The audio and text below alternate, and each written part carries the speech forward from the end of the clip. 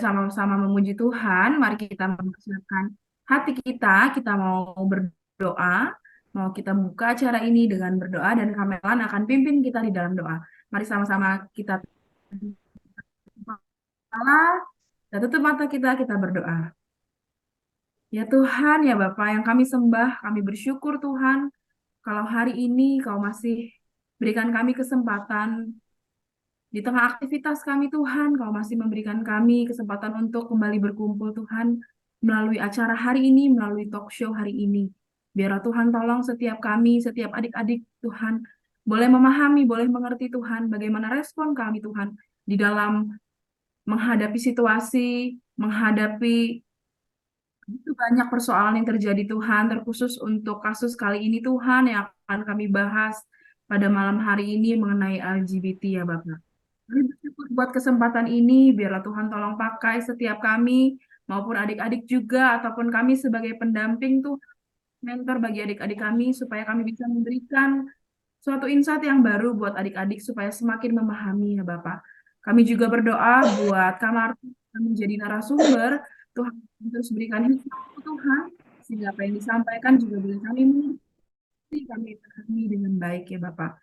Terima kasih Tuhan, kami serahkan talk show kami pada malam hari ini. Hanya di dalam tangan-Mu Tuhan, hanya di dalam pimpinan dan penyertaan Tuhan. Hanya di dalam nama Tuhan Yesus kami berdoa dan kami mengucap syukur. Amin. Oke, kami langsung apa lagi? Shalom semuanya. Shalom, Kak. Shalom. Terima kasih. Terima kasih selamat datang buat teman-teman semua, buat adik-adik dan kakak-kakak semua. Yang pasti kita berkumpul dari berbagai macam pulau nih kayaknya. Boleh kasih tahu nggak dari mana aja nih sebelum kita masuk ke acara kita selanjutnya? Ada yang dari Jakarta, boleh lambaikan tangannya atau dikasih jempol? Kak Jeffrey pasti langsung angkat jempolnya nih. Atau mungkin ada yang dari Sulawesi, ada yang kalau sebelum-sebelumnya ada yang bahkan dari Papua, ada yang dari Sumatera, ada yang dari Kalimantan ya, ada Christian tuh. Dan puji Tuhan kita bisa berkumpul pada malam hari. Nah, teman-teman semua, Ada Esther oke, tuh, Kak, dari Sulawesi. kamera nggak apa-apa ya, Kak. Kalau misalnya ada masalah atau gangguan, yang penting kita bisa sama-sama belajar hari ini. Boleh, tapi buat adik-adik, buat teman-teman semua yang bisa tetap nyalakan kamera, tetap nyalakan aja supaya kita semakin lebih mengenal ya. Ngomong-ngomong mengenal, kita juga nanti akan berkenalan lebih lanjut dengan narasumber kita yang nggak kalah keren tentunya, yang akan membagikan materinya buat kita pada malam hari ini. Sebelumnya, acara hari ini diselenggarakan oleh Scripture Union Indonesia. Untuk itu, nggak kalau misalnya nggak kenal, maka kita nggak akan sayang, benar nggak sih? Siapa coba yang nggak mau disayang? Untuk itu, mari kita sama-sama mengetahui, sama-sama lebih tahu lebih dalam sejenak bersama Scripture Union Indonesia. Oke, saya akan bacakan singkat mengenai Kak Martin. Nanti kalau mau tanya-tanya bisa langsung aja ya. Beliau adalah Kak Martin Manurung, MA, dan sayang sekali status beliau sudah menikah dengan satu istri tentunya ya Kak ya. Dan dianugerahi oleh 3 anak, puji Tuhan. Ada 2 putra dan 1 orang putri. Beliau telah menyelesaikan pendidikan di Sekolah Tinggi Teologi Reform Indonesia dengan program konseling. Beliau juga di dalam masa pelayanannya pernah menjadi guru agama di SMA Negeri secara part-time. Beliau juga seorang pembina remaja pemuda dan pasutri di Pray Ministry, pendamping remaja di GKI Bajem Grand Wisata, menjadi guru sekolah minggu di GKI Bajem Grand Wisata dan GKI Layur, dan beliau adalah seorang konselor sekolah di Atalia Serpong. Iya, berikut adalah profil singkat dari Kak Jeffrey. Untuk waktu dan Martin. tempat dipersilahkan kepada Kak Jeffrey. Kak Martin. Iya, gerejanya dulu Bajem, sekarang udah jemaat Kak waktu itu. Oh. Iya. Oke, malam semuanya teman-teman di berbagai ya kota daerah yang secara virtual memungkinkan kita ketemu semua ya. Ya, izinkan saya membagikan bagian yang menjadi tema kita. Oke. Udah kelihatan Kamelan? Udah ya. Oke. Iya, teman-teman, ketika membahas ini gitu ya, topik yang tentunya sering dibahas yang mungkin teman-teman temukan gitu ya di dunia yang kita jumpai saat ini sudah hampir tak terhindarkan gitu ya di TikTok gitu ya, teman-teman, di tontonan, dan isu ini menjadi cukup rame lah perdebatan, bisa pro bisa kontra, dan teman-teman bagaimana. Cuman bagian saya saat ini lebih kepada saat membahas tentang respon kita gitu ya. Nah, cuman sedikit kita akan melihat bagaimana di tahun 2017 gitu ya, di National Geographic, majalah yang terkenal banget tentang revolusi gender gitu ya. Ini anak yang sebelah kiri minta umur 9 tahun itu request sama orang tua untuk mengganti ataupun operasi alat kelamin gitu ya. Jadi di National Geographic itu banyak banget kategori yang ternyata gender itu tidak hanya dua gitu ya. Yang kalau mungkin orang-orang mengetahui gitu ya. Makanya sejak dilegalkan di beberapa negara, bahkan di ini majalah yang cukup terkenal gitu ya, yang teman-teman kalau masih punya serinya di 2017 gitu ya. Dan kita juga bisa melihat kalau LGBT itu juga udah ada Q-nya, gitu ya, queer atau mempertanyakan, ada intersex, ada merasa diri aseksual, ada androgyny, ya sekarang tuh kita bisa temukan juga gitu. Bahkan ada digiseksual dalam kategori yang berkembang hubungan seksual yang dengan digital itu, dengan robot gitu ya, dengan boneka. Dan saya berharap audiens ini cukup dewasa untuk kita membahas ini gitu ya. Nah, nanti kalau ada pertanyaan sepanjang sesi ini silakan chat di Slido ya Kak. Nanti mungkin Kak Melan kirim di chat ya Kak ya, Slido-nya berapa gitu ya. Jadi teman-teman nggak usah malu gitu ya, kita sama-sama diskusi, kita sama-sama terbuka ya untuk sama-sama membahas topik ini gitu ya. Jadi kalau teman-teman nggak ada penghakiman ya, disclaimer dulu. Jadi kita di sini ada yang mungkin tidak terlalu relate dengan ini, ya nggak apa-apa. Ada yang mungkin struggle dengan ini, ya nggak kita hakimi. Ada yang mungkin menjumpai teman atau rekan, nah ini yang menjadi bagian kita sebenarnya hari ini. Nah, teman-teman kalau di Thailand gitu ya, di Thailand itu yang dekat, kalau tadi Amerika ini Asia gitu ya. Kita bersyukur di Indonesia, puji Tuhan kita tertolong dengan teman-teman kita yang dari M, M, NU gitu ya, sama MUI gitu ya, sama teman-teman kita yang mayoritas itu sangat tidak melegalkan gitu ya. Jadi kemungkinan besar Indonesia belum masuk secara legal. Tapi di Thailand teman-teman bisa tahu bahwa kita tahu bahwa mereka itu ada 18 gender. Jadi bagaimana ada yang suka nih ya panah-panahnya yang dicoba gitu ya. Ada yang memang straight gitu ya. Ada yang memang suka sama si A tapi yang sukanya dengan kategori ini gitu ya. Jadi bagaimana beragamnya di saat ini fenomena ini. Bahkan sebagai simbol-simbolnya sekarang kita juga bisa melihat teman-teman kalau keluar negeri ke negara yang memang udah dilegalkan, nah kita pun tidak bisa menyebutnya itu sebagai penyimpangan atau sesuatu yang salah gitu ya, karena secara kasus hukum itu bisa diperkarakan kalau di negara yang legal.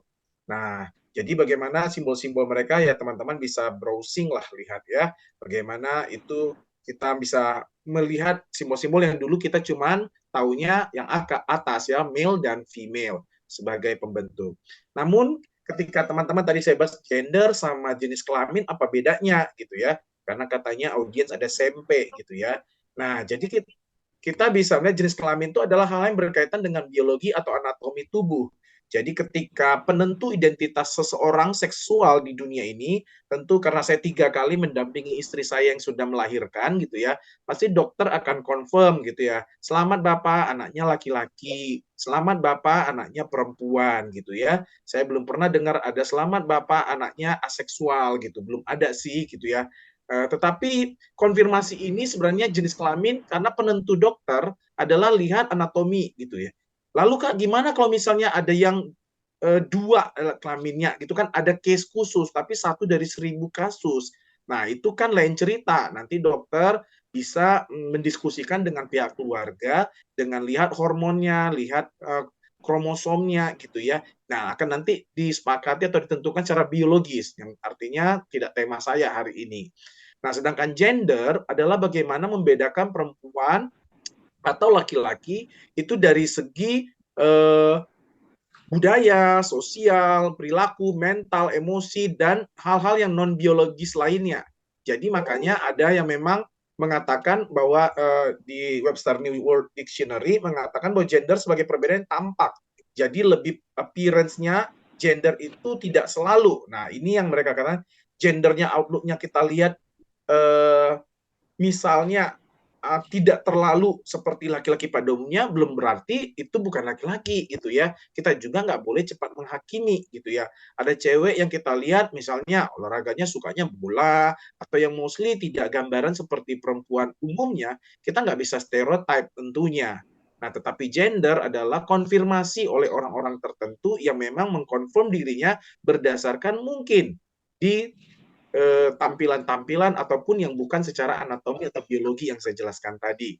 Sedangkan orientasi, nah 3 kata ini perlu kita bedakan. Kenapa? Orientasi seksual harusnya kita bisa melihat bahwa gambaran yang Tuhan ketika ciptakan mengacu pada sebenarnya relate gitu ya, jenis kelamin apa, orientasinya tentu akan mengikuti gitu ya. Tetapi ketika di pemahaman zaman sekarang, orientasi inilah yang membuat seseorang itu berbeda-beda dalam menyukai, tertarik secara seksuali terhadap macam-macam gitu ya. Jadi sekarang tuh bukan hanya manusia, tetapi bisa macam-macam gitu ya. Bahkan kalau bahasa kalimat anak sekarang, kalau saya jumpai anak-anak remaja, itu bisa orientasi-orientasi itu macam-macam gitu ya.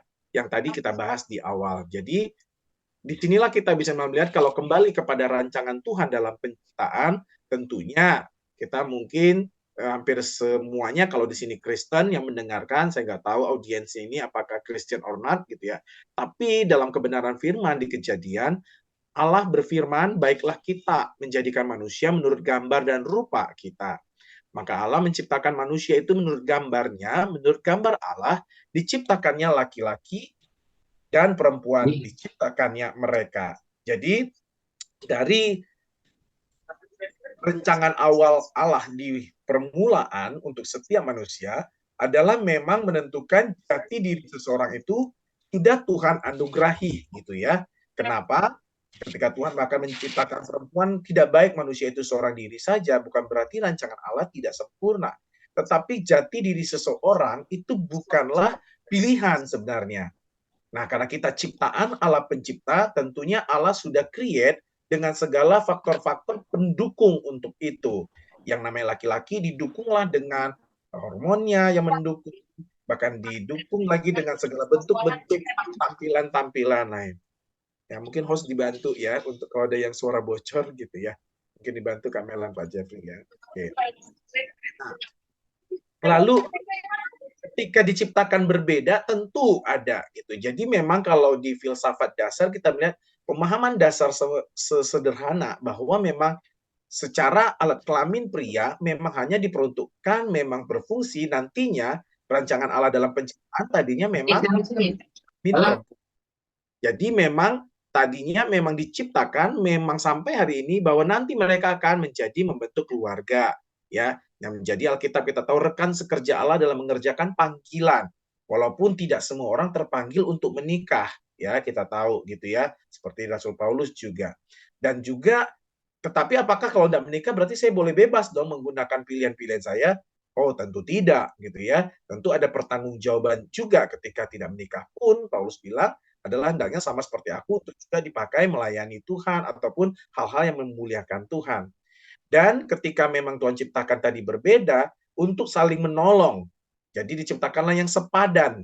Jadi memang konteks ini kita mungkin paham dulu gitu ya karena di awal saya mungkin akan highlight basicnya ketika kita berbicara secara kebenaran.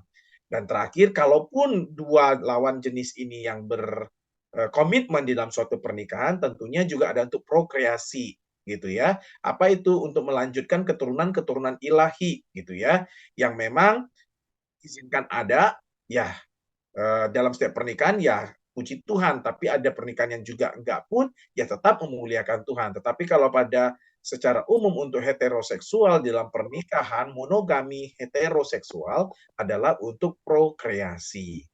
Nah, lalu sejak kejadian pasal 3 kita tahu Jadi semua orang yang jatuh dalam dosa sampai hari ini kita tetap adalah image of God.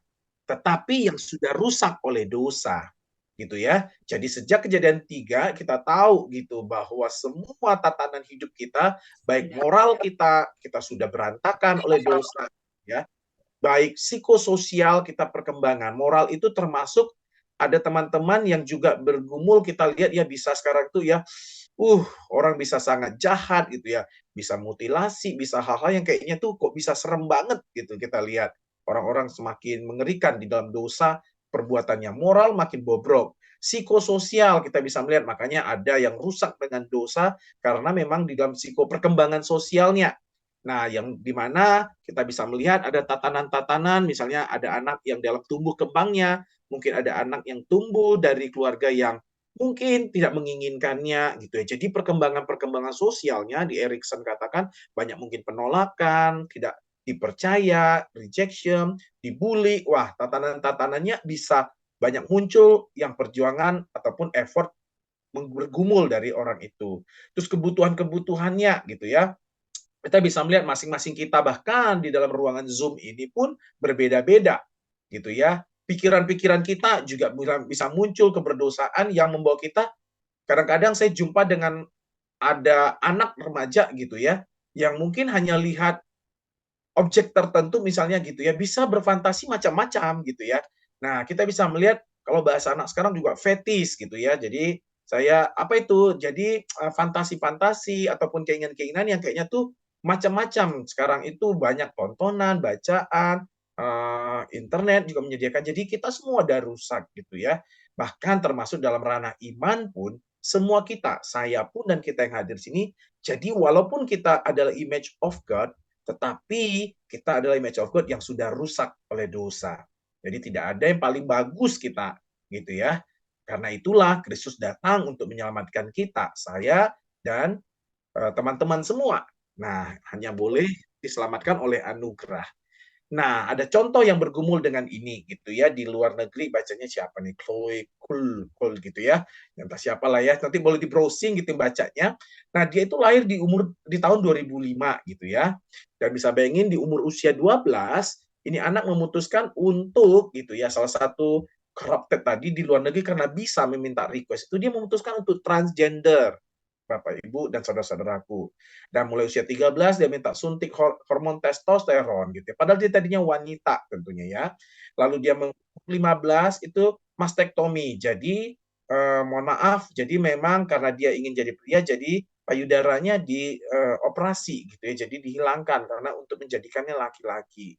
Nah, tiba-tiba coba lihat ya, teman-teman. Di usia 16 dia merasa bersalah dengan keputusannya dan dia kembali operasi detransisi, artinya mencoba dipasang lagi, dioperasi lagi, mengembalikan lagi. Dan usia 18 menurut dokter dan kalangan medis, mengapa melakukan perubahan gender kepada anak di bawah umur gitu ya. Dan tentunya kalau medis tidak berpihak dengan ini, tetapi kalau udah legal, nah ini dia policy kebijakan yang diambil itu, nah negara itu kalau sudah dalam legal itu cukup harus bisa menyetujui gitu-gitu loh, karena ada ranah hukum teman-teman. Nah, kalau baca juga nih di detik.com gitu 30 Juni 2023 kemarin gitu ya. Ada juga case yang serupa gitu ya. Jadi dia meyakini ini teman-teman coba lihat ya. Dia lahir di tubuh yang salah siapa namanya ini bacanya ya. Ya, itulah ya teman-teman. Nah, dia merasa ingin menjadi pria setelah paparan dari influencer LGBT gitu ya, teman-teman bisa browsing di internet ya, berita ini masuk di Detik ya. Dan usia 12 tahun tetap diberi obat hormon dan 13 tahun juga menjalani kayak tadi ya, pengangkatan dan dia juga menyesali teman-teman. Yang ini nih seramnya. Usia remaja tuh kan masih ababil lah ya, masih kadang-kadang kita aja kadang suka sama si A, tiba-tiba besok udah suka sama si B gitu ya. Kalau anak remaja kalau saya jumpa sama saya, bahkan segampang itu ya, kalau nyanyinya Anggi tak segampang itu gitu ya. Nah, ternyata gampang juga ganti habis putus semi, move on gitu. Nah, sehingga kita bisa melihat bahwa bisa aja tuh yang bisa berubah. Nah, tiba-tiba bayangkan dengan keputusan yang penting dalam hidup. Nah, ini kan tiba-tiba kadang-kadang ganti. Nah, itu kayak mana ya kita menghadapi? Saya nggak kebayang tuh kalau anak remaja saya, anak sekolahan saya, atau di mana saya jumpai anak kayak gini. Aduh, agak serem ya.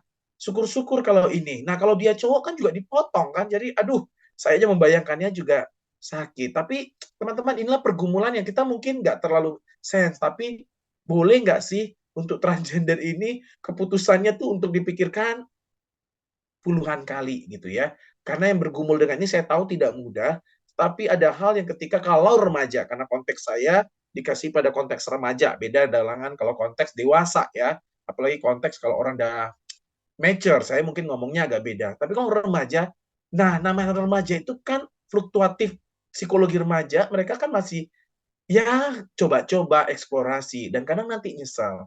Nah, sehingga boleh nggak ya ini kita menjadi gumulkan, diskusikan teman-teman bagi siapa yang bergumul ataupun mungkin menghadapi teman-teman yang bergumul. Karena tentunya secara biologis tubuh dan secara biaya juga tentunya tidak murah gitu ya.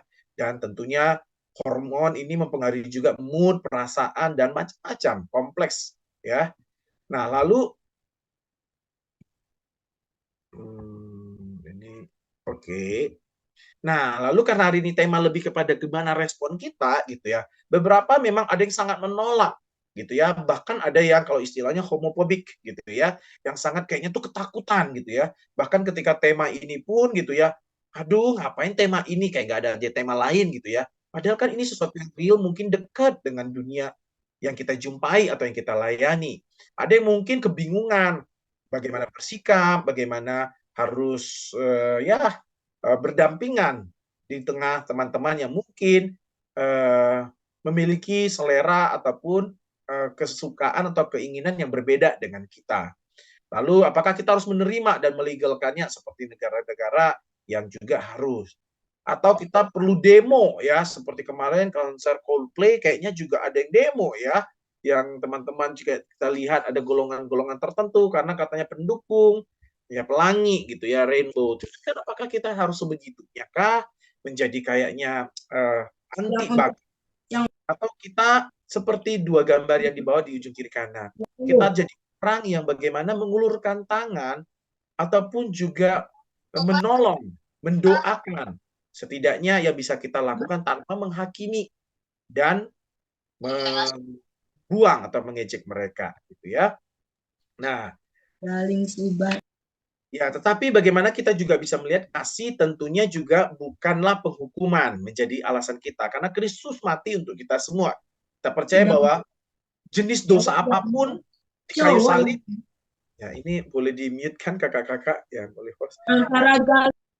Mungkin bagi yang masih unmute boleh tolong gitu ya, biar teman-teman yang lain mendengarnya bisa. Nah, kasih dan bukan penghukuman. Jadi bagaimana urusan kita yang mengasihi mereka, penghukuman tidak ada hak kita, dan itu bagian Tuhan. Jadi ini bukan egois, semua sin ya. Tentunya mengasihi juga tidak identik dengan menyetujui. Nah, statement ini cukup kita jelaskan bahwa kita mengasihi bukan berarti kita identik menyetujui apa yang mereka kerjakan, tentunya apa yang mereka lakukan gitu ya. Saya juga ada jumpa dengan teman-teman yang berjuang dan bergumul dengan ini. Confirm bahwa mereka juga punya ketertarikan seksual ini. Ya, saya sebagai teman, sebagai orang yang tahu dan dia cerita, ya tentu saya tetap terima dalam pergumulan itu bagaimana dia jatuh bangun gitu. Itu ya mungkin dibantu kakak. Galuh sama Ya. Lalu ketika tidak menyetujui tidak selalu juga identik dengan menghakimi.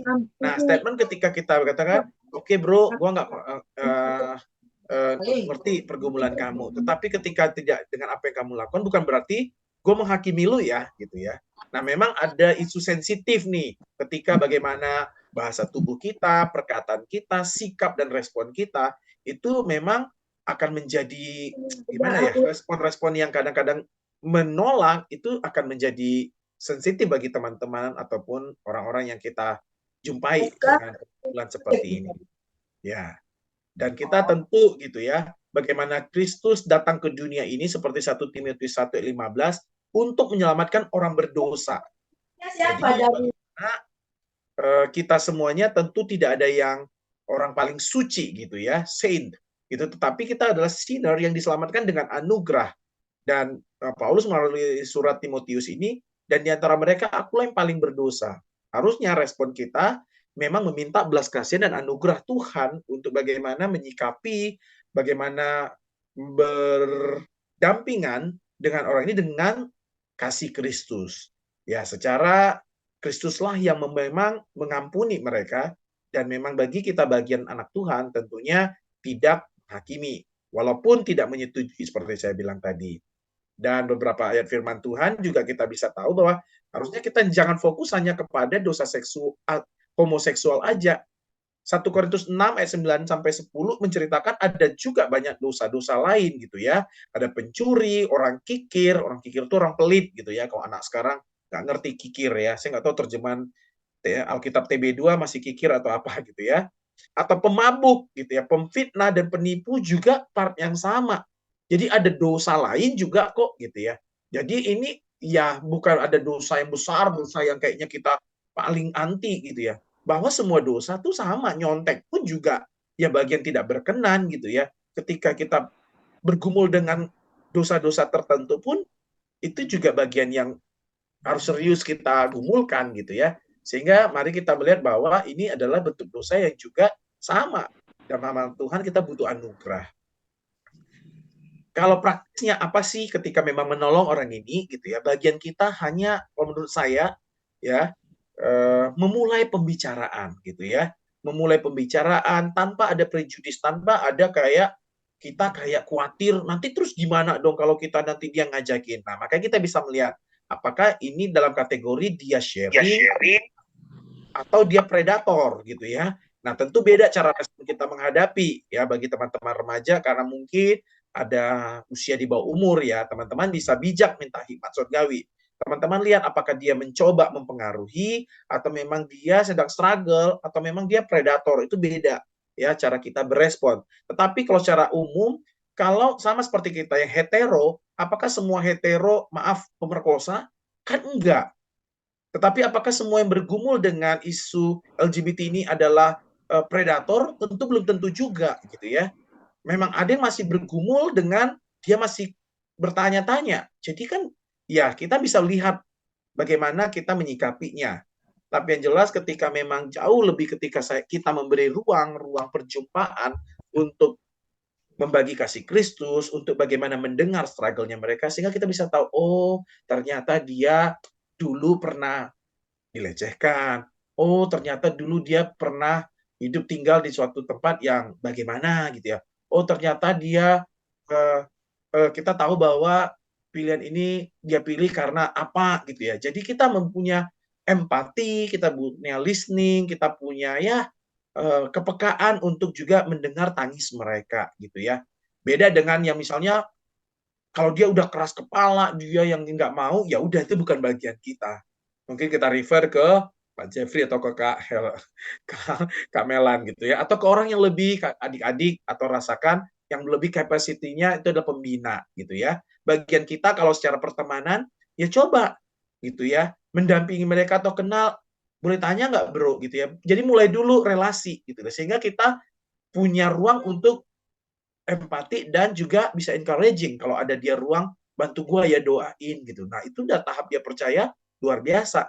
Tapi bagi teman-teman kalau misalnya mungkin sulit atau misalnya nggak tahu bagaimana, bisa hubungi kakak-kakak pembina ataupun pendeta ataupun ya siapa deh pembina rohani yang adik-adik atau teman-teman muda jumpai gitu ya. Tapi yang jelas saya bilang have conversation itu mulai pembicaraan tentunya tidaklah sesuatu yang mudah bagi kita kalau kita yang gampang ini menghakimi. Tetapi apakah ketika kita mengomong itu jadi kita terima-terima aja Kak? Tentu tidak gitu ya. Ketika memang tentunya tidak dari awal kita bilang, weh, lu ini ya, berdosa ini ya, lu pasti nggak masuk surga. Ya itu mah langsung nutup gitu ya, langsung kagak ada yang mau bicara sama kita, langsung ya udah lu nggak asik, lu nggak enak, ya udah gue nggak suka. Lu atau mungkin pintu-pintu ruang ke apa ya, ruang perjumpaan untuk mendiskusikan dan mendoakan ini ya tentu ketutup gitu. Tetapi biarlah kita percaya kata Efesus beberapa firman Tuhan bilang, yuk bahwa kita berbicara dalam kasih. Kasih tadi saya bilang tidak berarti membiarkan. Nah, kita bilang juga ketika Yohanes 8 bilang Tuhan tahu, kamu tahu bahwa, dan mungkin orang-orang itu tahu ini tidak berkenan, ataupun mungkin mereka dalam fase ataupun belum percaya sama Kristus, ya kita tahu kita sampaikan aja. ada di Alkitab, even dosanya pun bukan seperti LGBT, tetapi yang kita bahas hari ini, tapi mungkin dosanya dalam bentuk mungkin seksual yang lain gitu, yang struggle gitu ya. Mungkin dalam bentuk mungkin addiction seks yang lain gitu, ataupun yang lain. Tapi kita berdoa bahwa Tuhan mau kita tentunya tidak begini terus, tentunya kita nggak jatuh terus, tentunya kita tidak melakukan yang mendukakan Tuhan. Dan Yudas 1, 2, 3, tetap bagian kita memang ada part yang menyelamatkan mereka gitu ya, dengan jalan merampas mereka dari api dan tunjukkan. Nah, Alkitab ini Yudas mengatakan, ini bukan Yudas Iskariot ya, tapi Yudas murid Kristus yang lain yang menulis surat ini, tetap tunjukkan belas kasihan kepada mereka tentunya. Ya, tentu ini perkara yang ya batasannya tuh memang ya luas ya, tetapi di sini minta hatinya Kristus sama bijaksananya dari Kristus. Sehingga belas kasihan yang disertai ketakutan kepada orang-orang lain juga. Dan bencilah pakai mereka yang dicemarkan oleh keinginan dosa. Benci di sini tentunya tidak jijik, tidak ini ya, tapi konfirmasi bahwa kita memang itu pilihanmu, tetapi boleh nggak itu memang sesuatu yang memang bukan yang Tuhan mau untuk kita kerjakan terus. Dan memang fase ini tidak mudah ketika membimbing mereka kepada Kristus. Kalau teman-teman dipercayai dan memang dia jujur, tapi teman-teman merasa kurang mampu menanganinya, teman-teman boleh ajak kutemani ya, ketemu pembimbingku, ketemani ya, gue temani lo, bahasa anak Jakartanya, atau aku temani kamu deh, udah menjumpai, it's okay, aku kenal ada pembina rohani yang mungkin bisa membantu kamu. Ya. Dan fokusnya tentu bukan hanya ke orientasi seksual atau aib mereka gitu ya, ini memalukan keluarga, sekolah, atau gereja, tetapi lebih kepada yuk Kristus yang sayang kepada kita tetap memberikan kuasa juga untuk kita jadi anak-anak Allah. Kembali tadi seperti image of God yang corrupt oleh dosa, yang sudah terdistorsi dengan dosa. Semua kita memang membutuhkan belas kasihan dan anugerah, dan memang berjuang dalam sanctification, progressive sanctification,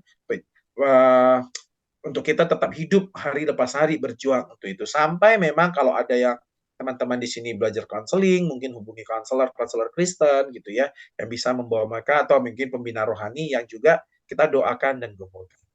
Ada kutipan yang bagus gitu ya, yang saya suka gitu ya. Sehingga kita lihat responnya, jika engkau sibuk mencuci kaki sesama, engkau tidak punya waktu untuk melempari mereka dengan batu. Gitu ya. Saya ulangi ya, mungkin lebih cerna dalam ya, mungkin udah malam, mungkin waktu Indonesia Tengah sama Timur udah agak lebih malam ya. Di kami baru mau jam 7 kurang ya. Jika engkau sibuk mencuci kaki sesama, engkau tidak punya waktu untuk melempari mereka dengan batu. Nah, apakah bisa sembuh? Tentu pertanyaannya sering banget ya ditanyakan, apakah bisa sembuh nggak? Yang kayak gini. Sembuh itu konsepnya apa dulu gitu ya. Kalau sembuh kita kembalikan ke hetero, apakah itu solusi gitu ya. Nah, saya membaca ada artikel yang memang ada seorang pendeta doktor lah, Christopher Yuan gitu ya. Yang ini gelarnya, dia memang yang bergabung profesor dan Moody Bible Institute ya. Jadi ketika 9 tahun ya, memang di biografinya yang saya baca gitu ya, umur 9 tahun tuh udah mulai tertarik dengan sesama jenis loh, Bapak Ibu. Lahir dari keluarga China yang di Amerika gitu ya, campuran China tapi di Amerika, sorry. Nah, sehingga dia tergumul dengan pornografi dan dia mulai takut dengan orientasi seksualnya.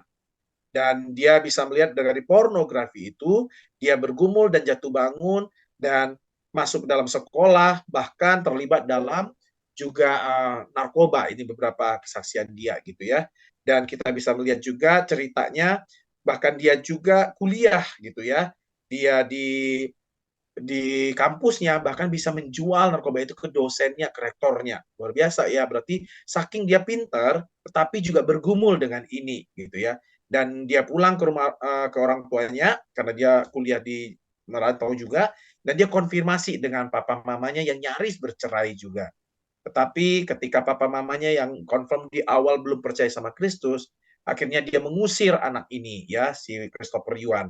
Dan akhirnya Christopher Yuan terlibat narkoba yang kayak gitu, dan akhirnya masuk dalam penjara lah intinya karena kasus kriminal. Dan di dalam orang tuanya karena pisah itu, papa mamanya ketemu lah sama pembina dan ketemu akhirnya dengan Kristus melalui pelayanan ada hamba Tuhan di sana. Dan dengan pelayanan hamba Tuhan itu menyelamatkan papa mamanya ini, dan akhirnya Christopher Yuan yang tahu bahwa mamanya tetap sayang kepada dia karena kasih Kristus itu. Christopher Yuan tetap dia kasihi dan dia akhirnya sampai lepas dari penjara itu dan dia bisa melihat mamanya mengasihi dia luar biasa. Sampai akhirnya dia memilih Christopher Yuan sendiri pun berjumpa sama Kristus di penjara, ketemu sama Alkitab dan membacanya di penjara ya, Alkitab yang dibuang di tong sampah lah sekitar gitu. Dan di situ dia lihat kasih Kristus, Roh Kudus mengubah hidupnya dan dia keluar, dia menjadi manusia baru dan dia tahu dia divonis HIV gara-gara itu. Karena ya kita tahu teman-teman yang bergabung dengan aktif yang secara aktif LGBT aktif dalam seksual itu tak terhindarkan memang bisa kena HIV. Tapi dalam konfirmasi HIV itu dia tetap tidak putus semangat, dia tetap berjuang mengasihi Kristus, bahkan sampai membuka pelayanan dan bagaimana dia memberitakan kasih Tuhan bersama papa mamanya, mendukung pelayanan menolong orang-orang seperti ini gitu ya. Dan kita bisa melihat Holy Sexuality and the Gospel ya, bukunya dia membahas sex, desire, and relationship gitu ya. Dia concern dengan bagaimana topik-topik yang menolong remaja, pemuda, dan orang-orang yang bergumul yang kita tahu di negara yang melegalkan ini, gitu ya. Your desire don't divide you. Jadi memang bagaimana teman-teman ataupun bisa membagikan ini di YouTube banyak banget gitu ya, cuplikan khotbah ataupun seminar atau sharing dari pergumulan ini dia bahas. Hingga sampai akhirnya gitu ya, kutipannya unconditional love doesn't equal unconditional approval of my behavior. Jadi dia tahu bagaimana tidak seimbang dengan tingkah laku yang dia lakukan. Dan di bukunya dia juga bilang the opposite of homosexuality isn't heterosex. Jadi lawan dari homoseks bukan mengembalikan dia kepada heteroseks, tetapi lawan dari homoseks adalah kekudusan. Jadi lawan dari semua dosa adalah kita bergumul di dalam kekudusan. Jadi saya juga setuju bahwa tidak selalu mengkonfirmasi teman-teman yang berjuang dengan ini tidak selalu harus dikembalikan ke normal gitu ya, dalam kategori kalau memang teman-teman mengatakan itu normal atau hetero gitu ya, tetapi bagaimana mengembalikan mereka untuk tetap at least kamu kalau punya orientasi yang berbeda setidaknya jangan melakukan dosa. Jadi teman-teman, karena temanya lebih kepada respon Christian Teens, jadi saya lebih menekankan itu. Tetapi kalau ada terbuka untuk tanya jawab, kita persilahkan. Begitu Ibu Kak Melan. Ya, terima kasih untuk Kak Martin yang udah menyampaikan materinya jelas sekali adik-adik untuk kita semua. Dan kita semua akan kembali masuk ke dalam sesi tanya jawab. Mungkin ada adik-adik yang mau langsung bertanya. Boleh tetap nyalakan kameranya ya. Kecuali kalau ada gangguan dan masalah sinyal. Apakah adik-adik ada yang mau bertanya?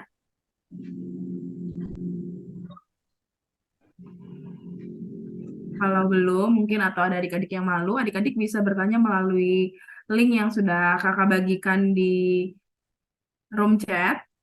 Nah, kita boleh buka ini sebentar ya Kak ya. Kayaknya sudah ada beberapa yang bertanya nih Kak.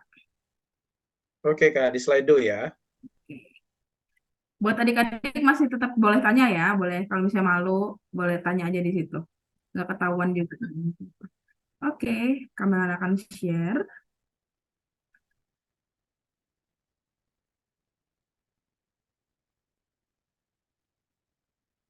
Ada 7 question, Kak. Wah, kelihatan nggak ya? Oke, kelihatan Kak. Oke, pertanyaan pertama nih. Dari adik-adik, katanya seberapa bahaya sih dampak LGBT untuk remaja? Terus kita 2 atau 3 pertanyaan dulu baru kakak jawab ya. Boleh? Oke Kak. Oke, yang kedua katanya, bagaimana kita menyikapi kaum LGBT yang ada di sekitar kita? Karena saya pernah mendengar kalau LGBT itu bisa menular. Wah, serem juga ya ternyata. Nanti kita buktikan jawabannya ya. Kita buktikan pertanyaan itu jawabannya gimana gitu ya. Menular apa kagak gitu ya. Dan yang ketiga, bagaimana kita bisa mendekati, loh ini malah mau mendekati lagi. Mendekati orang yang memiliki ketertarikan terhadap sesama jenis. Mungkin ini lebih ke arah kayak karena dia mengasihi gitu ya, kayak mau peduli, Bu. Mungkin seperti itu ya. 3 pertanyaan dulu boleh, Kak? atau mau lanjut? Oke, boleh Kak, 3 dulu Kak, nanti saya bingung dan Iya, lupa boleh. gitu. Ini Di aku atas dulu Kak, oke. Seberapa bahaya dampak untuk LGBT untuk remaja? Nah, kalau LGBT itu teman-teman, kita bisa melihat kalau dia confirm, dia mengakui identitasnya itu gay atau LGBT itu. Tetapi kalau kita bisa kategorikan, kalau dia masih bergumul, itu kan dia masih belum bisa kita katakan confirm itu, gitu ya.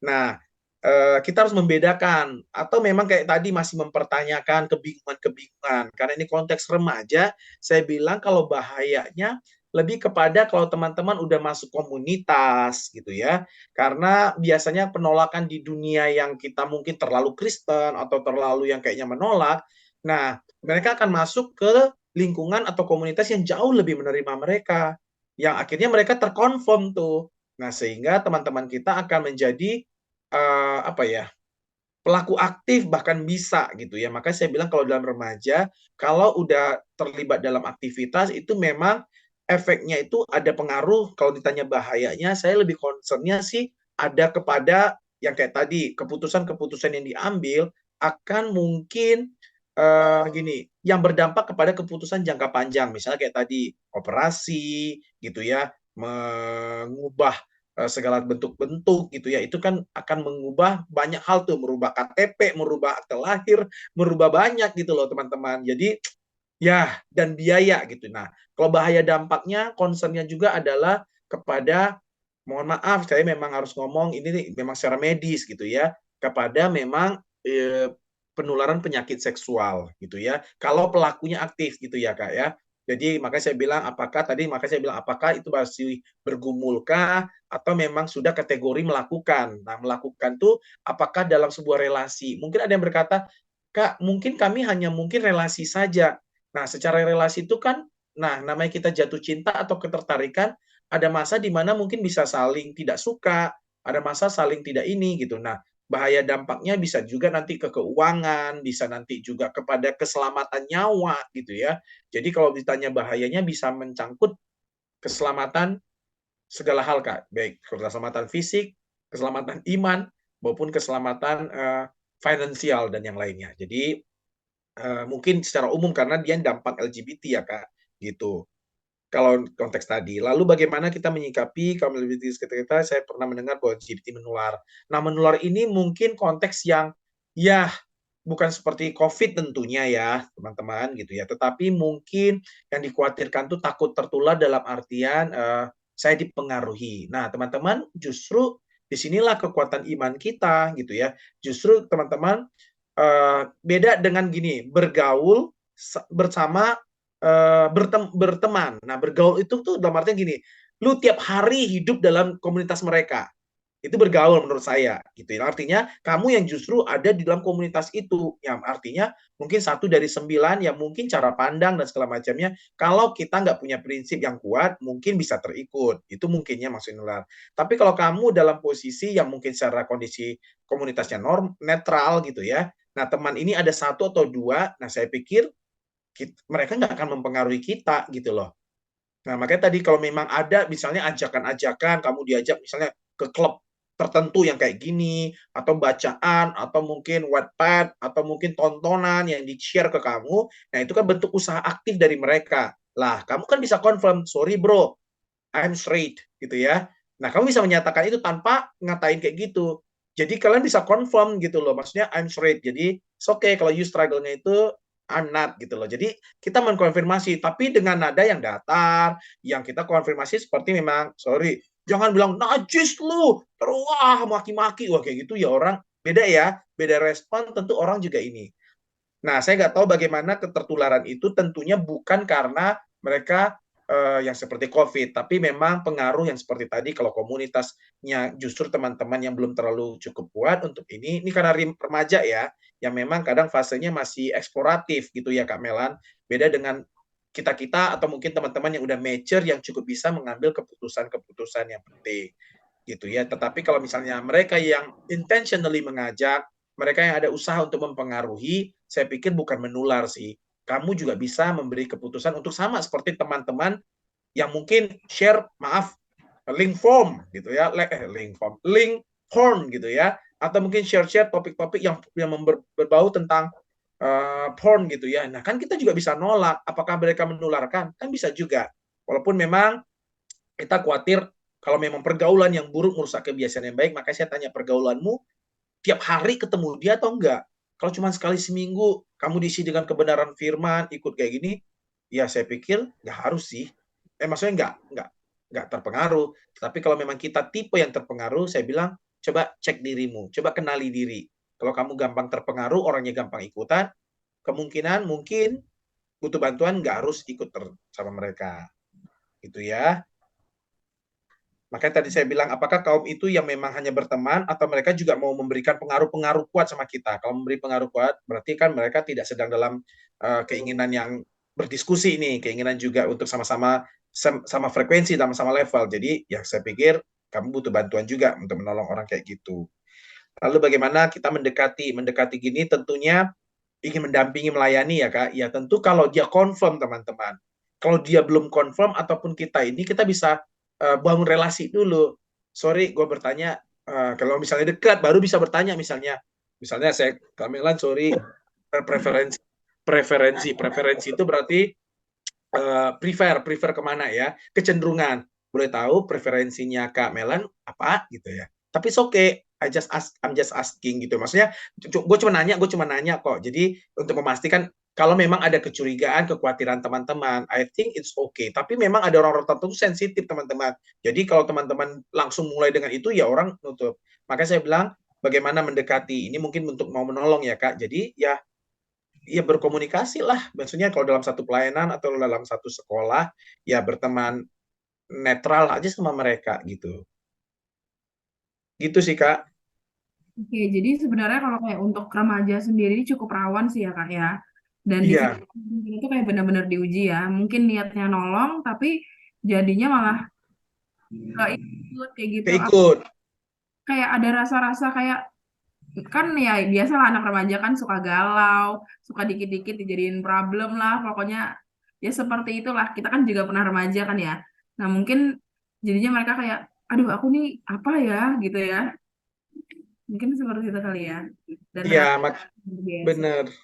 Mungkin Makanya ada, ketika, sorry Kak, mungkin ini kali ya Kak, ada remaja yang di sini juga bisa ini kalau misalnya pun menemui orang-orang yang seperti itu atau temennya disangka seperti itu, kalau kayak kita nggak bisa ya udah kita lapor sama mentor kita atau kayak guru lause di sekolah di remaja atau di pemuda atau di mana gitu kan lapor kayak minta bantuan kayak didoain bareng mungkin atau gimana karena kayak ya kayak Kak Martin bilang tadi ya kayak itu cukup sensitif ya ya kalau jadinya dia ngaku kalau jadinya kayak ngerasa kayak aku nggak berharga aku kayak aneh aku berbeda malah dia jadinya kayak pergi kayak gitu ya kayak apalagi dicandain, dibully Kak. Nah, itu tuh yang agak membuat mereka justru makin memilih confirm gitu loh. betul betul kadang tuh kayak gitu ya anak-anak sekarang nih ya kayaknya Iya, gitu. justru kita menyelamatkan mereka dengan cara ya lu nggak usah ikutin bully gitu loh. Maksudnya kalau dia ada kondisi-kondisi kayak gitu, misalnya penampakan itu, perform appearance-nya gitu ya, yang kayaknya kamu ini, ya kalau kamu bangun relasi dengan dia ya, saya pikir nggak perlu harus takut dulu gitu loh. Nah, baru kenali dulu, baru kalian teman-teman bisa tahu levelnya si orang itu kayak apa gitu. Apakah justru dia memang harus ditolong gitu loh. Kadang-kadang justru kadang muncul kasihan kita, belas kasihan untuk memang, wah kayak tadi Kak, akhirnya tahu bahwa dia gini, dia gitu, latar belakangnya. Jadi dia biasa open gitu loh. Baru kita memang kayak tadi Kak Mela bilang bahwa untuk, Mereka nggak kayak tiba-tiba aja kayak kayaknya teman aku tuh agak menyimpang deh. Aku tanya kayak gitu enggak ya. Oke guys, ternyata tuh kayak kita tuh kayak ya yang pasti dari hati ya, kayak kita punya kepekaan, punya kepedulian dengan mereka, ya kita doain juga sama Tuhan, terus kita boleh ambil waktu untuk dekati mereka, dekat secara murni ya, secara jujur karena kita mau peduli, mau bikin mereka juga berubah kayak gitu ya. Yang pasti dengan iman kita juga yang semakin kita perkuat ya Kak ya. Oke, sebelum kita melanjutkan ke pertanyaan selanjutnya, mungkin ada teman-teman di sini yang mau langsung bertanya. Adik-adik di sini mungkin ada yang mau langsung bertanya kah? Kalau enggak, Kamelan akan langsung ke pertanyaan berikutnya nih. Oke, kita langsung ke pertanyaan berikutnya saja ya. Setelah ini tetap masih boleh bertanya. Selanjutnya, pertanyaan yang keempat. Ini Kak. Oke, kelewatan. Katanya, bagaimana bagaimana jika seseorang itu sekarang sudah hidup sebagai bagaimana jika seseorang sekarang sudah hidup sebagai homoseksual? Apakah orang itu bisa berubah? Oh, berarti dia itu udah mengkonfirm dirinya, Kak, kayak I'm gay katanya gitu kan. Apakah orang itu bisa berubah? Terus yang pertanyaan selanjutnya, gimana jika seseorang yang ingin menaati Allah tapi masih tertarik kepada sesama jenis? Susah buat keluar dari lingkungan tersebut dan merasa sangat tidak berharga dan berbeda. Oh, dia ini kayak mungkin kayak ya seperti kita pada umumnya, kita nggak bisa tutup kemungkinan ya kayak di lingkungan kita pun bahkan di gereja pun mungkin ada orang-orang yang seperti itu kan ya. Nah, dia tuh pingin mentaati Allah tapi ternyata pas tertarik terhadap sesama jenis katanya gitu, Kak. Dan yang ketiga, pertanyaan ketiga, tiga pertanyaan lagi ya. Untuk tindakan preventif, bagaimana mengajarkan kepada anak-anak kita yang mulai memasuki remaja, usia 9 sampai 10 tahun. 9 sampai 10 tahun SD sebenarnya masih ya. Tapi sekarang udah mulai remaja disebutnya ya. Oke, tiga Oke. pertanyaan. Oke. Ya, saya coba dulu ya bagaimana jika seorang nah kalau dia udah hidup berarti dia akan confirm ya, menghidupi itu. Apakah bisa berubah? Tadi kan saya bilang di akhir contoh ada tadi ya Pak Dr. Christopher Yuan tadi. Jadi saya bilang di dalam Kristus sekali lagi saya bilang pasti ada harapan teman-teman. Sekalipun dunia dan kelompok-kelompok ekstrim ini mengatakan bahwa tidak mungkin lu pulih, lu nggak mungkin bisa berubah, lu pasti ini gitu ya. Nah, inilah persaingan kita melawan yang bukan dari Tuhan gitu. Pasti bisa berubah, saya bilang pasti. Dalam tanda kutip pasti itu adalah tapi proses yang panjang gitu ya, proses yang perlu didampingi, proses yang kayak tadi memang harus mungkin ngalami kepentok kayak Christopher Yuan tadi gitu ya, sampai pemakai, sampai dikonfirm kena HIV karena kan udah pelaku aktif kan Kak gitu. Tetapi kalau kamu udah sadar tentunya kayak tadi kita semua kan kalau udah sadar dalam dosa mungkin sama kayak dosa-dosa yang lain, tentunya kita harus bertobat. Jadi bukannya dosa ini saja gitu ya. Dosa-dosa yang lain kita juga bohongi teman juga kita harus bertobat kan gitu ya. Bagaimana jika sekarang sudah hidup ya memang harus mengaku di hadapan Tuhan dan minta belas kasihan Tuhan gitu ya. Ketika memang ada keinginan itu muncul, kita harus bawa di hadapan Tuhan, harus akui dan minta Roh Kudus karena seberapa sering kita nangis di kaki Tuhan, saya percaya anugerahnya juga berlimpah bagi kita yang memang sujud di altarnya, sujud di kasihnya, dan minta belas kasihannya. Jadi ini prinsip untuk semua jenis dosa apapun, kita memang harus apa ya, mengemis belas kasihan Tuhan gitu ya. Karena dengan usaha manusia sendiri, bahkan dengan terapi manusia dan psikolog dan konselor apapun, kalau kita nggak mengalami belas kasihan Tuhan sendiri, itu saya pikir agak tidak mudah gitu ya. Jadi apakah bisa berubah? Hanya bisa memungkinkan di dalam darah Kristus, kasih Kristus, gitu ya. Jadi perubahan sejati, totalitas, saya percaya kayak tadi dan ada juga tuh banyak hamba-hamba Tuhan juga yang bergumul gitu ya, penulis buku juga ya, juga ada yang banyak hal yang saya jumpai kesaksian-kesaksian, bahkan ada jurnalnya, bahkan kita juga punya pelayanan-pelayanan Kristen Kak Melan yang bahwa ada juga tuh kayak busur emas, ada pelayanan-pelayanan juga kita lihat yang memang berjuang. Tentunya memang juga mereka di mentoring ya. Jadi pelayanan-pelayanan yang punya memang mentor-mentor yang udah tanda kutip udah selesai ataupun udah confirm dirinya mereka udah berdamai dengan pergumulan ini dan menang gitu ya kakak-kakak atau teman-teman. Lalu bagaimana jika seorang yang ingin menaati Allah masih tertarik? Ya saya bilang keinginan daging manusia berdosa kayak tadi masih akan terus ada sampai kapan? Sampai nanti kita dipanggil Tuhan. Roma katakan kalau kita tidak ada lagi daging pasti sudah tidak punya keinginan tadi gitu. Lalu bagaimana? Sama seperti kita yang sudah diselamatkan, keinginan itu ada, cuman kita tidak mau lagi menghidupinya. Jadi yang membedakannya apa? Jadi keinginan kita untuk tidak mau menghidupinya. Itu membeda kita kalau kita sudah diselamatkan. Jadi kita tidak menjadikan itu excuse, kita tidak menjadikan itu ya memang aku begini karena begitu, playing victim gitu ya. Memang kadang-kadang kita menyalahkan ya aku begini karena siapa gitu ya. Tetapi memang ketertarikan itu muncul, kita doakan sama Tuhan. Kalau misalnya muncul, sama lah seperti juga teman-teman kalau kita yang hetero juga kan suka sama cewek lain, padahal dia punya cewek. Melihat yang cewek lain itu kan, masa kamu lakukan?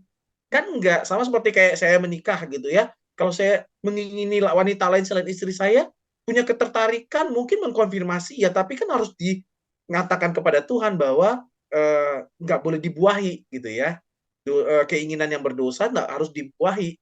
Nah, gimana caranya minta Roh Kudus dan kita berjuang atau mungkin delay memperlambat keinginan itu atau mungkin substitute atau mungkin kita sharing, counseling ataupun mungkin mengakui dosa. Jadi banyak cara untuk kita tidak menghidupi keinginan-keinginan yang tidak berkenan di hadapan Tuhan tentunya.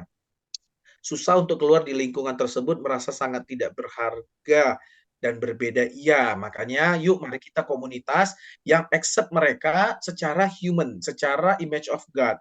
Bahwa lu berharga di mata Kristus dan Tuhan menciptakan sampai hari ini juga berharga. Tetapi untuk pergumulan itu bukan kita menjadi paling jijik, tapi ada harapan, ada anugerah, ada belas kasihan Tuhan. Memang itu yang harus kita ingatkan terus, teman-teman, bahwa mereka tidak harus merasa diri paling hina di dunia ini dan dosanya kayak tidak terampuni, ya.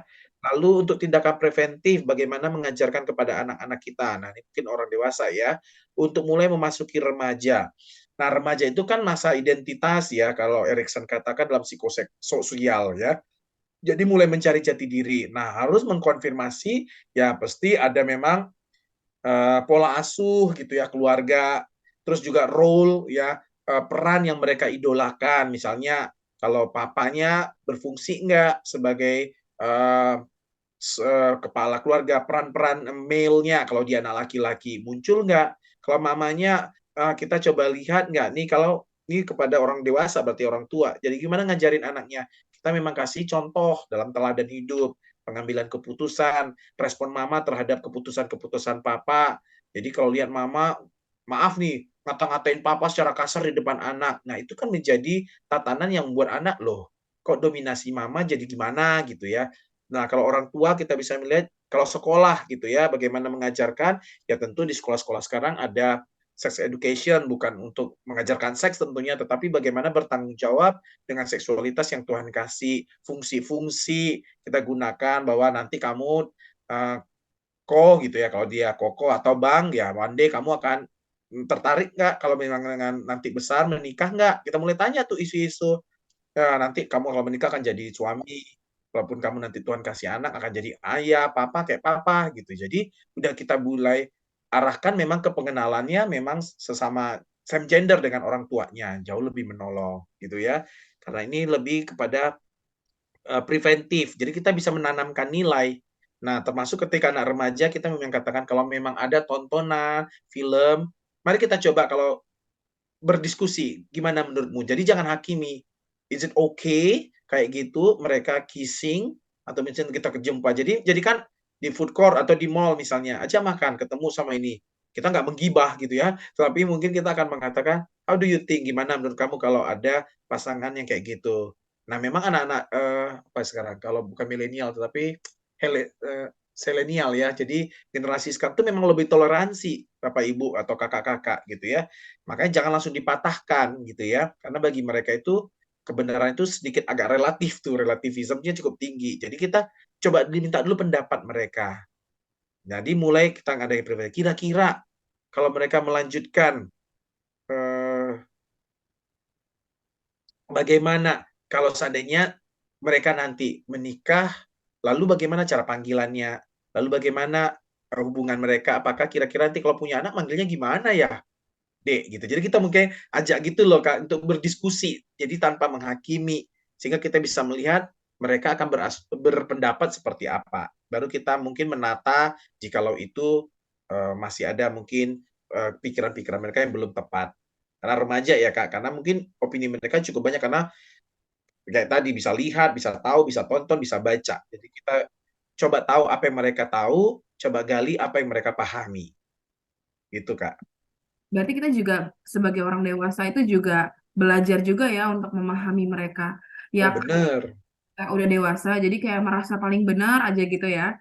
Terus jadi apa-apa kayak itu salah, itu salah. Padahal kayak pandangan di anak zaman sekarang itu bukan seperti itu kayak gitu. Memang salah, tapi kayak mungkin banyak selaknya, karena toleransi mereka sangat tinggi itu loh.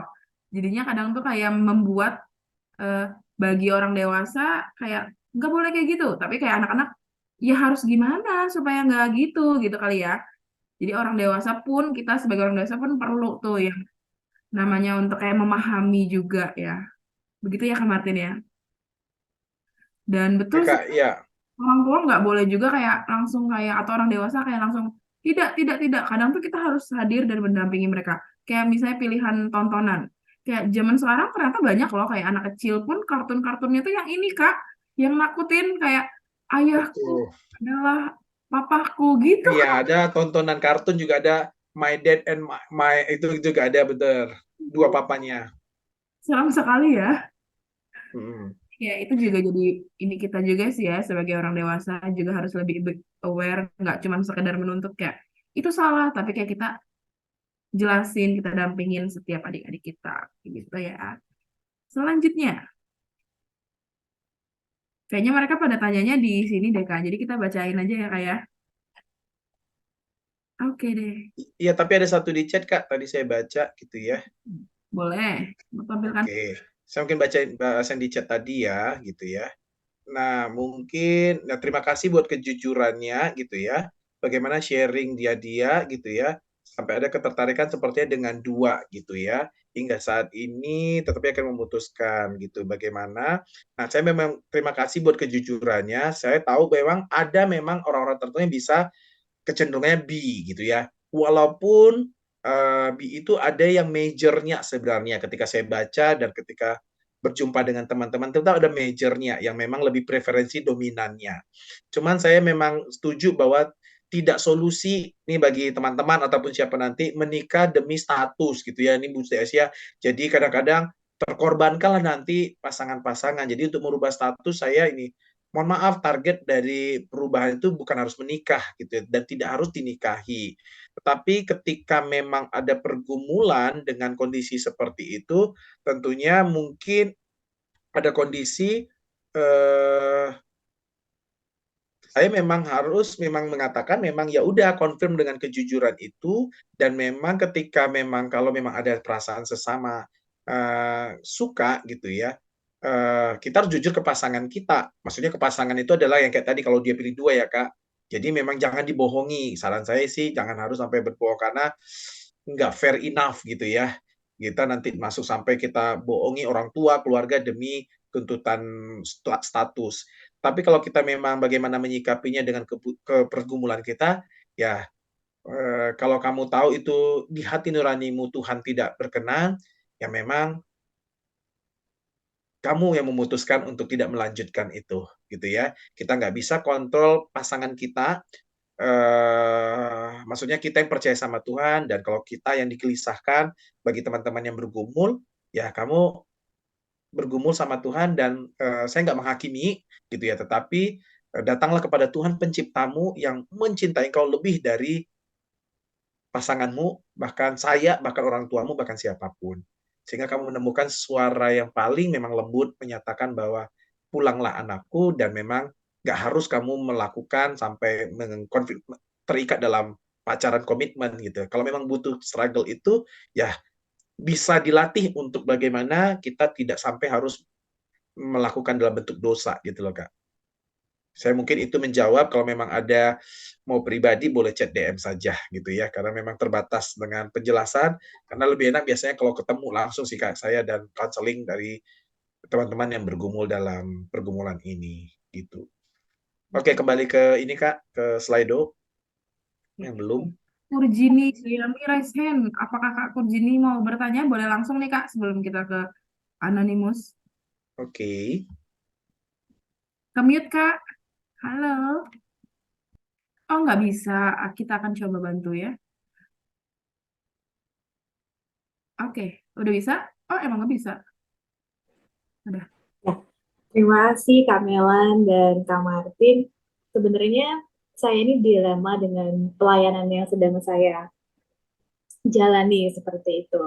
Di mana sebagai anak-anak Allah kita mengetahui bahwa LGBT itu tidak berkenan kepada Tuhan. Tapi salah satu anak yang saya layani ini dia punya papi dan daddy, bukan punya mami. Jadi di dalam hati saya ini sebagai anak Tuhan kan kita tetap harus melayani mereka. Tapi pada saat papi dan daddy ini datang gitu untuk jemput anaknya tuh di dalam hati saya eh, kok malah kok malah mempertontonkan eh, kemesraan mereka. Sedangkan momen di mana saya tuh nggak bisa, saya ajarin ke anak-anak bahwa itu tidak boleh kalian lakukan. Tapi secara bersamaan saya tuh mengizinkan mereka melihat langsung hal-hal yang bagaimana ya, yang mereka bisa tiru seperti itu. Sedangkan anak-anak yang saya layani masih remaja di jenjang SMP lah seperti itu. Mungkin Kak Martin bisa memberikan pencerahan kepada saya dengan dilema yang saya rasakan ini. Terima kasih. Iya, sorry Kak Kurjini, itu di sekolah atau di gereja ya Kak? Sorry, saya tadi belum.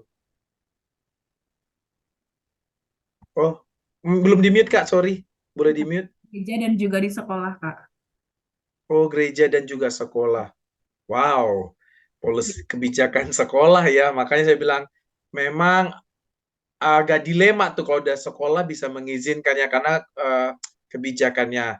Memang kalau di sekolah saya kebijakannya enggak gitu, Christian school ya soalnya. Tapi kalau ada sekolah yang internasional atau sekolah-sekolah itu tuh kemungkinan bisa tuh kakak-kakak atau teman-teman.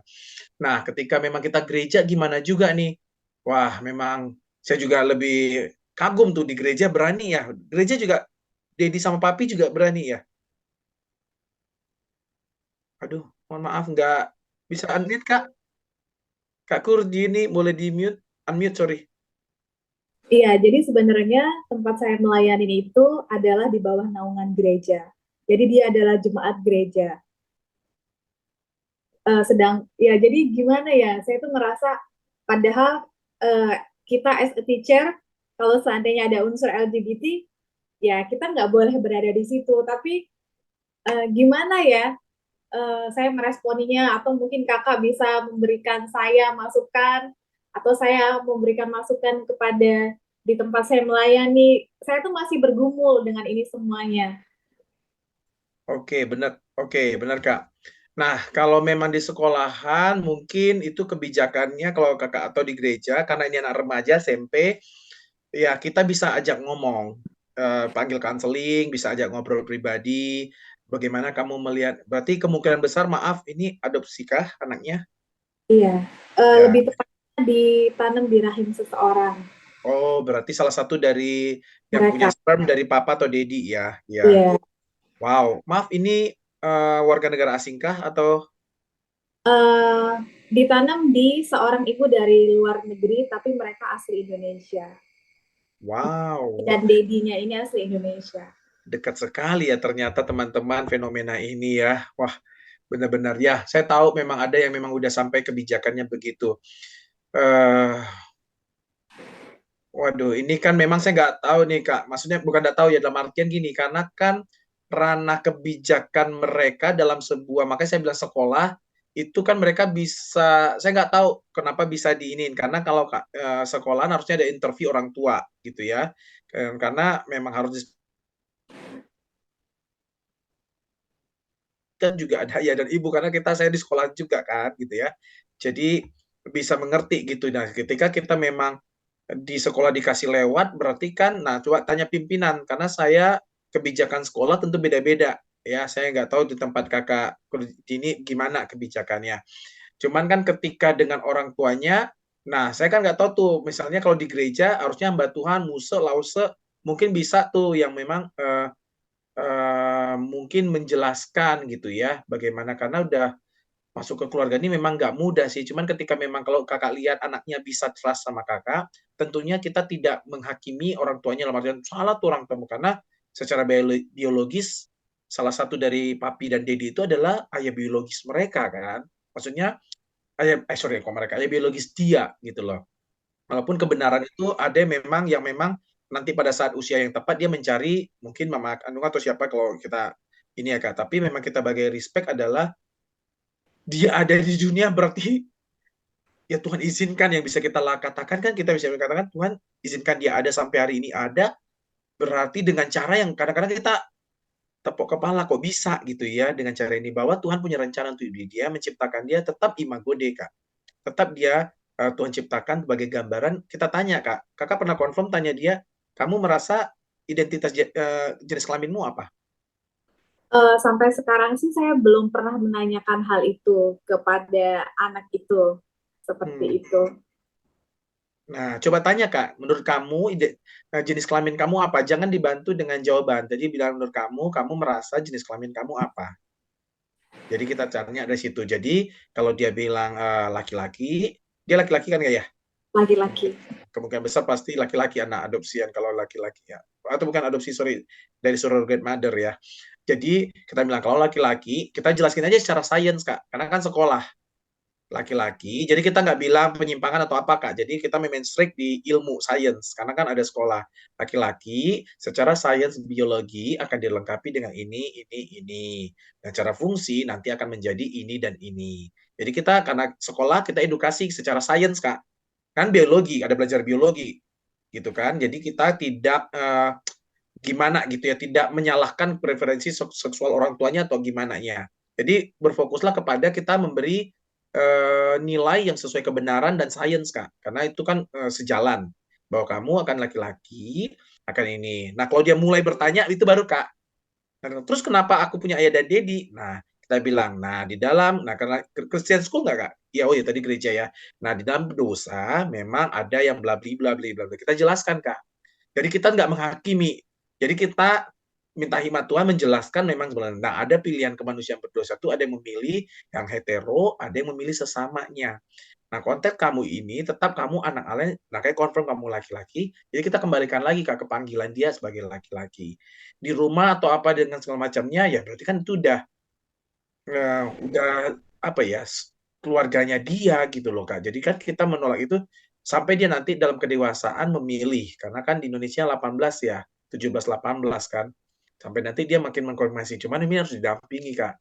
Cuman saya kan nggak tahu kalau bagaimana orang tuanya komplain kalau ini, makanya kita mainnya strict di kebenaran sama sains. Jadi kita tidak menyuruh dia melawan ayah atau dedinya ini, tetapi kita kebenaran kita ngajarin. Ya walaupun tidak mudah Kak, kalau dia nanti orang tuanya komplain atau ini melanggar, saya nggak tahu tuh makanya polisi sekolah dan sekolah sih, karena kan dia membayar. Ada kontribusinya bayar sekolah, beda gereja kan volunteer, nggak diterima bisa ganti gereja. Tapi kalau sekolah itu kan ada kebijakan, ada itu sebenarnya saya kok bisa lewat gitu ya, harus nggak tahu ya menurut saya, apalagi di bawah gereja gitu loh. Tapi kalau international school saya pernah dengar, tapi kalau di bawah gereja saya baru dengar nih Kak, jujur aja gitu loh. Karena setahu saya kalau Christian school masih cukup ada SOP-nya sih. Tapi karena udah ada di situ, ya saya pikir kita nggak buang Kak. Justru mungkin ini kesempatan untuk Kak Urjini tetap menyebarkan kasih, menyatakan bahwa Tuhan ciptakan. Makanya dia confirm dulu, dia yang ngomong kan. Kecuali dia bilang, aku nggak jelas. Nah, nggak jelas, baru kita kembalikan. Nah, ketika kamu merasa kalau kamu ke toilet mana? Gitu loh. Jadi kita bilang, ketika kamu miliki apa? Nggak tahu kamu membantu atau enggak, jadi kita memang nggak reaktif, tapi juga menjelaskan pada dia dengan hikmat Tuhan dan mengembalikan bahwa memastikan dia untuk ya dia percaya sama rencana Allah ketika dia ada di dunia dengan cara yang kayaknya tidak seperti kebanyakan cara anak lain, tapi kamu di mata Tuhan tidak aneh, tidak berbeda. Tetapi kamu tetap anak yang dikasihi Tuhan. Sebab itu Kak, jadi yang kita gaung-gaungkan bahwa Tuhan sayang sama kamu jadi anak laki-lakinya Tuhan yang dilengkapi dengan segala fungsi, anatomi, dan nantinya panggilan ilahi menurut gambaran kamu yang sebagai laki-laki. Seperti yang kamu percayai. Jadi kita mengkonfirmasi apa yang dia percayai, Kak. Jadi mungkin langkah awalnya, Kakak berdoa, coba tanya, dia merasa identitas seksualnya apa. Belum orientasi ya, Kak, identitasnya dulu. Karena fase remaja, SMP memang fase memang menemukan diri. Saya jumpa ada memang baca artikel yang dari latar belakang itu juga bisa confirm dia laki-laki normal kok Kak. Tapi memang didampingi dengan nurture yang memang kepada kebenaran dan sesungguhnya dia memahaminya itu. Gitu, Kak Kurjini. Baik, thank you Kak Martin, Kak Melan. Gini. Berarti kita tuh kayak harus terus dampingin anaknya ya Kak ya. Dan itu akan terus menerus Kak. Iya, memang proses berkelanjutan, Kak, apalagi dengan konteks yang seperti Kak Gurjini tadi. Iya sih, luar biasa. Itu bukan sedikit dilema, itu benar-benar dilema. Iya. Karena makanya saya bilang, yang lebih berat itu di institusi sekolah, Kak. Karena dia sebagai orang tua siswa yang sudah ada ini, maksudnya yang itu tuh, makanya ketika memang kecuali kan dikeluarkan bisa dilema lagi tuh gara-gara apa, itu kan bisa mengundang reaktif. Makanya kita bisa lakukan adalah ya yang dia pahami yang sejauh ini apa gitu loh. Sehingga dari situlah kita nanti kan kalau ditanya minta pembuktian, nah, saya kan mendampingi anak sesuai dengan yang dia pahami gitu. Jadi kita kayak lebih ke anaknya aja deh, kita Iya, kayak pegang, kita rangkul terus kalau iya, karena di depan mata itu Kak yang jiwa yang dikirim kepada kita. Kalau orang tuanya ya biarlah di gereja dan khotbah dan ini yang menjembatani gitu ya, yang digerakkan. takutnya malah kayak temen-temennya kan ngomongin kayak, ih kamu punya dedi, punya ayah ya. Ya, Itu tuh si ya kita itu ya masih kita kembalikan. Menurut kamu apakah itu gimana responnya? Kita kembalikan aja Kak. Oh itu kan aneh gini. Ya udah.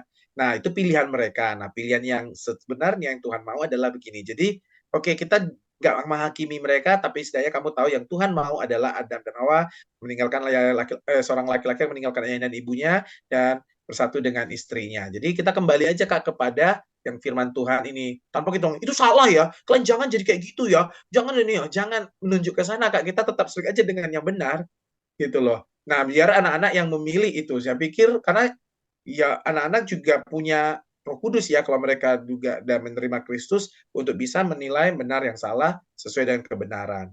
Yang tugas kita menajamkan kebenaran itu, menegaskannya tanpa menghakimi. Ya maksud konteks ini ya, bagian saya sih, menurut saya nggak memilih untuk menghakimi. Saya meyakinkan anak-anak didik saya yang di depan saya, yang bisa saya pegang. oke deh. Gitu. Makasih. Tanpa terasa waktu kita tuh kayak sudah hampir habis loh Kak. Bagaimana kalau misalnya nanti buat pertanyaan-pertanyaan yang sangat masih banyak ini, ternyata ternyata soalnya case ini itu tuh sangat dekat banget dengan kehidupan kita. Wah, udah nggak tabu lagi deh kayaknya kayak karena ternyata dikirim Iya, itu selalu iya. ada. Dulu orang masih malu. Sekarang udah confirm tuh udah kayak tadi tuh yang Kak Kurjini bilang. Bahkan saya wow, udah dekat sekali udah masuk di dunia sekolah. Keren, keren, keren. Nah, gimana kalau karena kita ada kan banyak banget nih Kak pertanyaan masih di Anonymous tadi itu. Nah, kalau misalnya waktu kita habis, boleh nggak nanti Kak Martin boleh bikinkan video, terus nanti kita boleh dari melalui YouTube-nya Kak Martin mungkin ya, terus jadi kita bisa dapat jawabannya. Oh boleh, mungkin saya rekaman aja ya, saya rekaman untuk menjawab itu saya kirimkan aja gitu ya. Atau boleh kalau nanya-nanya cek ke IG saya gitu ya. Ya menurut Ini masih ada beberapa pertanyaan soalnya nih Kak, ada ya. Oke oke. atau diringkas dalam waktu. Wow, tambah banyak nih Kak. Oh masih di IG. Aku baca aja dulu ya Kak ya. Iya. Nih. Oh, ini paling mantap nih pertanyaannya. Apakah memungkinkan untuk mendapatkan slide-slide yang ditayangkan atau PowerPoint ya tadi itu loh Kak? Oke. Karena untuk kebutuhan ini saya coba PDF-kan lah ya. Oke. Nanti akan dibagikan oleh Kak Jeffrey ya. Selanjutnya, ini saya bacain pertanyaannya ya Kak ya. Mungkin ada beberapa pertanyaan yang sudah ditanyakan sebelumnya atau beda kata doang kali ya. Katanya, apakah LGBT itu sangat membahayakan? Seperti jawaban yang kedua, itu sebenarnya udah dijawab ya tadi di awal ya Kak Ya ya. udah dijawab. Oke. Kenapa gereja-gereja barat ada yang mendukung LGBT? Apakah ada ayat Alkitab yang mendukung LGBT? Ya, mereka punya konfirmasi pemahaman dengan penafsiran sendiri. Jadi ya sudah kita nggak bisa mendebatkan dalam artian masing-masing orang dengan tafsirannya sendiri. Tapi yang maunya Tuhan, ya tentunya hetero monogami seksual. Jadi hetero monogami satu pernikahan seksual. Itu Kak kuncinya. Dah, jawaban pendek dulu aja ya. Iya. Kak, gender itu apakah termasuk seperti Uh, mengenai seperti gender itu, iya ada kategori yang mereka merasa kayak waria gitu ya, merasa seperti itu gendernya. Jadi seperti tadi pemilihan gender-gender tadi yang meragam tadi Kak. Jadi bisa dalam kategori itulah pemilihan gender mereka. Padahal Iya, seharusnya gender mengikuti jenis kelamin yang ada. iya, gender tuh intinya cuma dua ya, pria dan Ya, wanita. iya. Cuman di Benar. orang-orang zaman sekarang karena keberdosa itu memilih dengan banyak ragam-ragam gitu. Cuman secara sains, ya, Ingat, dua aja, pria dan ya. wanita.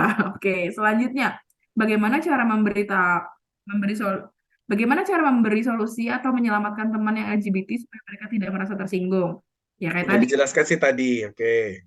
dideketin terus, didoain terus, jangan malah bully-bully ya teman-teman ya. Jika orang sudah confirm bahwa mereka LGBT, tapi mereka tetap percaya Tuhan sebagai juru selamat mereka, apa masih termasuk dosa? Itu kayak mirip pertanyaan sebelumnya tadi ya, Kak ya? Iya, jadi dosa atau tidak itu bukan bagian kita yang menentukan gitu ya teman-teman, tetapi ketika harusnya orang yang percaya sama Tuhan makin lebih memilih apa yang menyenangkan Tuhan daripada memilih yang tidak menyenangkan Tuhan. Nah, Oke, ternyata sudah terjawab semua nih dari pertanyaan yang ada ini. Terima kasih teman-teman semua. Kalau misalnya buat teman-teman yang masih penasaran, juga ingin bertanya, atau masih di dalam pergumulan, jangan lupa boleh hubungi kakak mentornya dan boleh ajukan pertanyaan melalui Instagramnya, boleh di chat di kolom komentar, Kak, supaya kita berkawan. Cielah. Nanti teman-teman bisa mampir ke Instagramnya Kak Martin ya, untuk bertanya lebih lanjut. Minta nomor WA Kak Jeffrey. Wah, Kak Jeffrey juga ada fansnya tuh, Kak. Siap, siap. Tanpa terasa waktu kita sudah hampir berakhir. Teman-teman semua, terima kasih untuk setiap partisipasinya dari berbagai pulau, dari berbagai kota. Ada yang di Jakarta, ada yang di Kalimantan. Terima kasih juga buat Kak Martin yang sudah boleh membagikan materinya pada hari ini. Itu ada nomornya ya, teman-teman, di kolom chat. Dan biarlah Tuhan terus menambahkan berkat, hikmat juga buat Kak Martin. Jadi konselor yang mantap untuk boleh membangun adik-adik juga atau siapapun lah nanti klien-kliennya Kak Martin ya. Terima kasih juga buat adik-adik. Terima kasih terkhusus juga buat Scripture Union yang mengadakan acara kali ini. Kita jadi lebih tahu, kita jadi lebih mengerti lagi, memahami lagi bahwa kita pasti Tuhan ciptakan tuh untuk suatu hal dan kita tuh nggak boleh menghakimi orang yang berbeda itu. Mungkin ada ini Kak Martin. Kak Martin, iya betul. Closing statement. ya, teman-teman, kita memang ada beberapa kategori di sini ya. Mungkin ada yang tidak bergumul dalam tanda kutip dengan pergumulan di sini. Berarti tugas kita adalah untuk mendampingi mereka gitu ya, mengasihi mereka tanpa menghakimi. Kalaupun ada ruang untuk mengembalikan mereka kepada kasih Kristus, bila itu kita yang terus mendoakan, mengingatkan mereka. Kalaupun mereka memilih itu tidak, ya tetap kita dukung dalam doa gitu ya.